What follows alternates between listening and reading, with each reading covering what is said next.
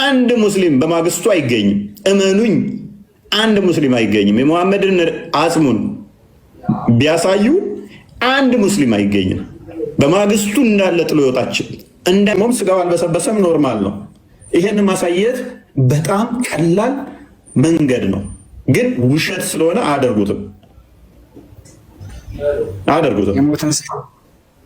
የሞትን ሰው ለእናንተ ብለን ከመቃብር አውጥተን ማሳየት አለብን፣ ግን እናንተ እንድታምኑልኝ የሚከለክልህ የለማ።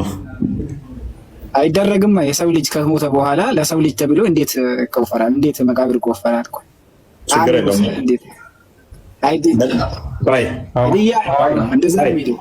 አንዴ ከሞተ በኋላ አትደረብ። ክርስቲያን ከተቀበረ በኋላ ተቆፍሮ መውጣት ኃጢአት ነው፣ ኃጢአት ነው።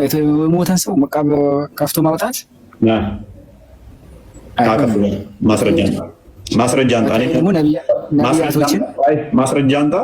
እኔ ነብይ ቆፍሮ እንደሚያስወጣ መቃብር አሳያለሁ። አንተ ግን የተቀበረ የነገርኩህ እኮ ነው።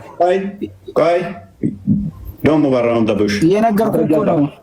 ቆይ ሎክ ምን ብሏናል? ማምለጫ መንገድ ሊሞክሩ የተቀበረ ማውጣት ኃጢአት ነው ብለው ሊያመልጡ። አሁን ማስረጃውን አንጣ። ነብይ ያሳያለሁ። ጨርሰኛ ቀጥለው ማስረጃውን ክፈተው። አዲስ ሱር የትኛው ቁርአን ነው ያለው? የቁርአን ጥቅስ ጥቀስ። ምንድን ነው? ቆይ ያንተን ተረት አንሰማም። ጥቅስ ክርስቲያኖች ቤት ነው የገባው። እዛ ተረት ተረት እንደሚያወሩ ቤት መስሎ ከሆነ ተሳስታል። እፎይ ቤት ነው የገባው። መረጃ ላይ መሰረት ባደረገው እፎይ ቤት ስለገባ ውሸት አይፈቀድም። ከኪስ የምታወራው እዛ ኡስታዝ እንትና የሚባለው ቤት አይደለም የገባው። እሺ ወንድማችን፣ ስለዚህ አሁን አይቻልም የሚል ማስረጃ አውጣ፣ ጥቀሰው። ወይም ጥቅሱ ይኸውልህ፣ እኔ ልንገርህ ስለ ኡስታዞች ምናምን ኡስታዞች ቤት ገብቼ ከአንተ ውጭ ልንገርህ። ጥቀስ። እሺ ልነግርህ እኮ ነው። ተረጋጋ። እሺ ምን እየሆንክ ነው? የሚወጣ መቃብር አለ የሚቆፈር። የነቢያቶች ደግሞ አይናካም። ልንገርህ፣ የነቢያቶች አይናካም። አንደኛ ልነግርህ እኮ ነው፣ ልነግርህ ነው። ለምንድን አታስጨርሰኝ? የሚወጣ መቃብር ለምሳሌ መስጂድ ተሰርቷል። ያው ልነግርህ እኮ መስጂድ ተሰርቷል።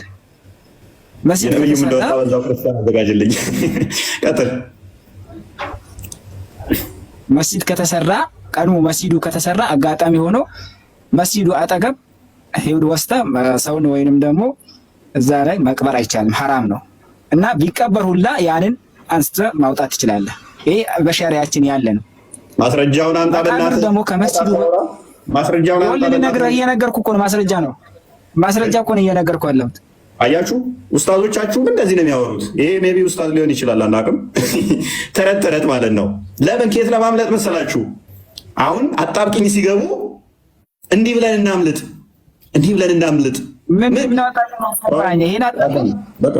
በቃ ሙሐመድ ቤት እኮ አይደለም ያለው፣ ክርስቲያኖች ቤት ያለው፣ ኤፎይ ቤት ያለው። ሙሐመድ የሚል እዚህ ጋር ፕሮፋይል ያለ መሰለህ እንዴ? ተረት ተረት የሚወራበት ቤት መሰለው እንዴ?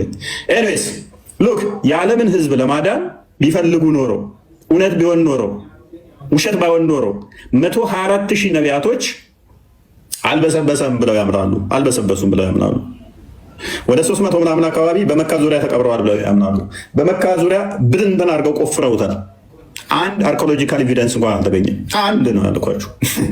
ትልልቅ ግንባታዎች ተገንብተዋል መካ ላይ። መካ በፊት በረሃ ነበረች። አንድ ሬሳ፣ አንድ አጽም አልተገኘም። ተረት ስለሆነ ማለት ነው።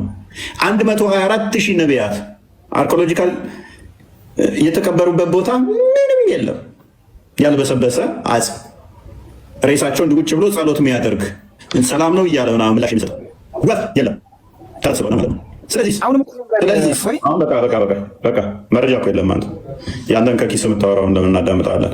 ስለዚህ በዓለም ህዝብ በሙሉ ሰላም ስለ ሙሐመድ ይሰማል ብለው ነው የሚያምኑት። መስማት ብቻ ሳይሆን ለእነኛ ሁሉ ደግሞ ምን ያደርጋል?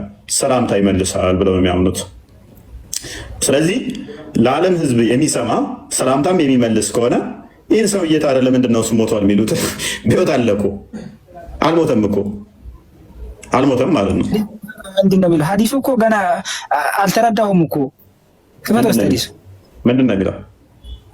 አልተረዳሁም ሀዲሱ በስብሷል ይላል። ከሳቸው እኮ ምንም ክፈተው እስቲ ክፈተው።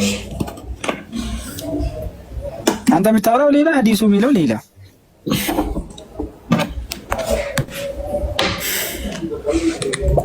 ከፍ አድርጎ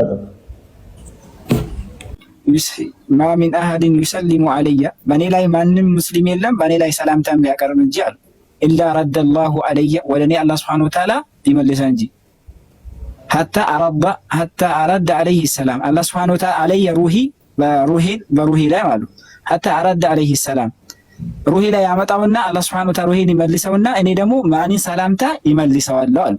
እሳቸው አይደለም አሁን እዚህ ላይ አላህ ሱብሓነሁ ወተዓላ ሩሃቸውን ይመልሰውና አላህ ነው የሚመልሰው።